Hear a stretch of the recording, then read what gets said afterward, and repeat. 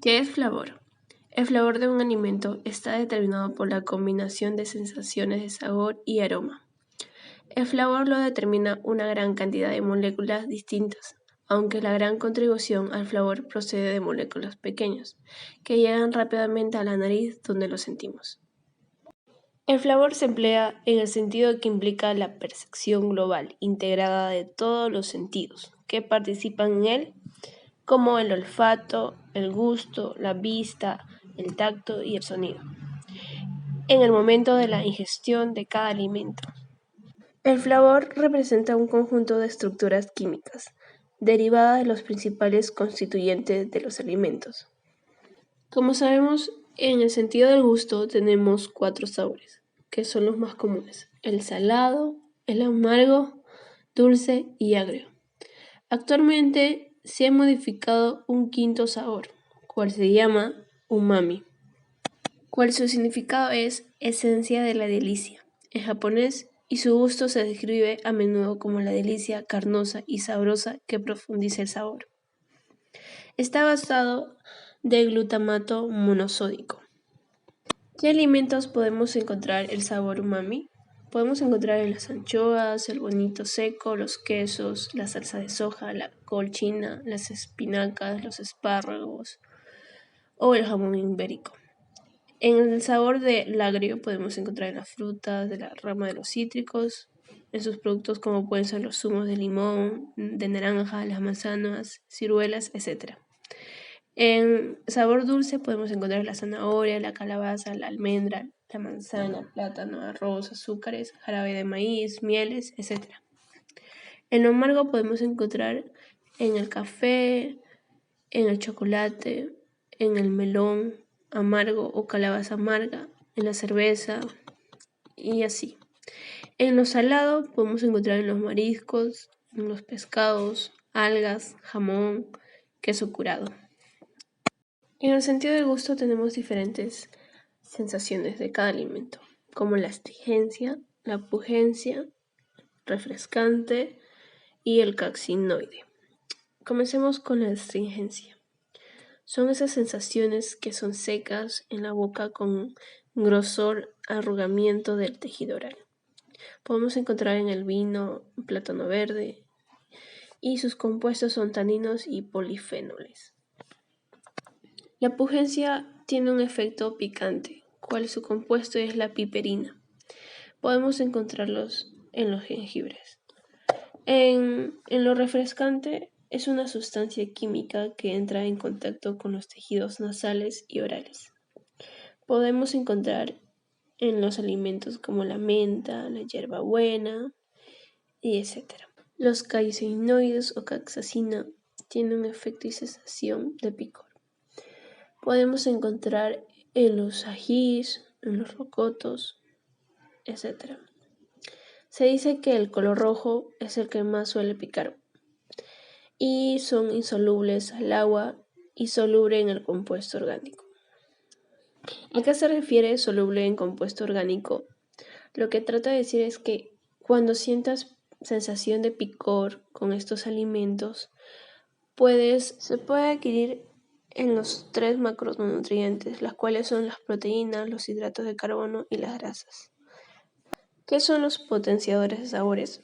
Son compuestos químicos que hacen que los alimentos tengan más sabor, cuales se emplean en muchos alimentos procesados y también en la producción del sabor umami, y se añade como aditivos en los alimentos.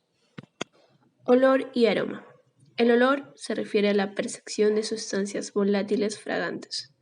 El aroma se refiere a la detención de compuestos volátiles que se desprenden durante la masticación y se difunden en la mucosa del paladar a través de la vía retronasal. También podemos encontrar flavores en las hortalizas, frutas y especias.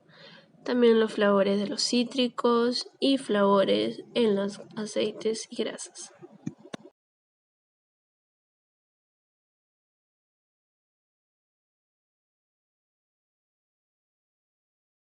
Los pigmentos son sustancias naturales que brindan los colores que poseen cada alimento. La clasificación de los pigmentos son los clorofilas, cuales encontramos en los alimentos verdes. Antocianinas encontramos en los alimentos que se otorgan color rojo, medio púrpura o azul. Los betelainas se encuentran en alimentos de color rojo. Los flavonoides se encuentran en todos los alimentos que son color amarillo. En los carotenos encontramos en las frutas o vegetales de color amarillo al rojo. En los taninos de color marrón. Compuestos fenólicos. Encontramos a los flavonoides. Lo bueno de los flavonoides es que tienen una buena concentración de OH, eliminan los radicales libres y son antioxidantes. Los antocianinas son constituidos por una molécula de antocianidina a la que se une un azúcar por medio de un enlace glucosódico. La antocianina se forma de la familia de los flavonoides. La estabilidad del pH de las antocianinas. Reaccionan depende del pigmento, su decoloración por adicción de sulfato o sulfito, tienen deficientes en electrones, por eso son muy reactivos, y su color varía según cada pH.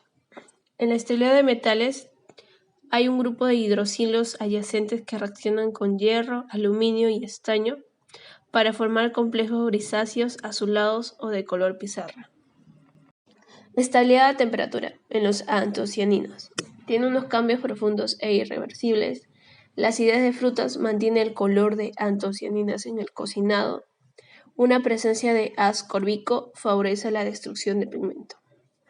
Los factores son aumento de temperatura de almacenamiento, incremento del pH, presencia de azúcar y un aumento de oxígeno en el espacio libre de la lata, cual favorece la destrucción del color. Los taninos son compuestos fenólicos incoloros o amarillo café. Contribuyen a la astringencia, son antioxidantes y tienen sustrato de oscurecimiento enzimático en café, cacao y té negro. La clorofila tiene un pigmento verdoso, hace fotosintético, está presente en el magnesio y puede sufrir alteraciones. Los carotenoides son pigmentos amarillos anaranjados, son inestables al calor, tienen dos grupos, cuáles son los carotenos y los xantofilas. Tiene vitamina C y vitamina E, cuáles son buenos o antioxidantes. También en los pigmentos encontramos los colorantes artificiales. Son sustancias de procedencia química que son elaboradas en un laboratorio que se usan en la industria alimentaria para aumentar o dar color a los alimentos. Existen dos tipos de pardeamiento, enzimático y no enzimático. El enzimático tiene intervención con una enzima. El no enzimático no tiene intervención con enzimas. Suelen involucrarse con dos compuestos, cuáles son los azúcares y aminoácidos. ¿Qué es el pardeamiento enzimático? Es una reacción oxidativa cual participa el oxígeno más la enzima y el polifenol, cual hace que este conjunto de vegetales empiece a colorearse. Esto solo se da en vegetales o frutas, pero no claramente en todos los vegetales. Para esto, cada vegetal tiene que tener tres compuestos, cuáles son el oxígeno, el fenosilasa y el polifenol. El oxígeno encontramos en el exterior, la fenosilasa es una enzima, el polifenol está dentro del compuesto del fruto. Se dice que si tiene muy poco polifenol y menos cantidad de enzimas, su pardeamiento va a ser muy lento. Los pardeamientos no enzimáticos se da en cereales, tubérculos, carnes y no en vegetales. El científico Maillard fue el que descubrió y se dio cuenta que se formaba este color por los compuestos de carbonilos y aminoácidos. Entonces, la reacción de algún alimento que tiene aminoácidos y azúcares se van a hacer de esta reacción de pardeamiento no enzimático. La reacción de Maillard consiste en el conjunto de reacciones químicas producidas entre las proteínas y los azúcares de los alimentos a altas temperaturas y que generan ese color, sabor y olor tostado. Etapa de reacción.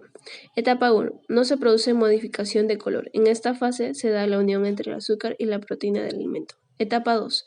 En esta fase ya hay formación de colores amarillos ligeros, así como la producción de olores. Etapa 3. En esta etapa se produce la formación de pigmentos oscuros, la responsable del color amarronado caracterizado de los alimentos tostados. ¿Cuáles son los efectos negativos? Por una parte, disminuye el valor nutritivo, ya que en su formación se degradan las proteínas y carbohidratos. También un exceso en la cocción de los alimentos conlleva una aparición más fuerte de la reacción, lo que genera un gusto amargo en el paladar y origina compuestos tóxicos. Por ejemplo, la acrilamida. La acrilamida es un compuesto químico que se puede formar al cocinar o procesar los alimentos a temperaturas elevadas. La acrilamida se encuentra clasificada como probable carcinógeno para los humanos. La reacción de caramelización ocurre cuando los azúcares se calientan a temperaturas por encima de sus puntos de fusión. Se efectúa tanto al pH ácidos como alcalinos y se acelera con la adición de ácidos carboxílicos y de algunas sales. La sacarosa, a partir de 180 grados, empieza la aparición de sustancias amargas como consecuencia del comienzo de la carbonización.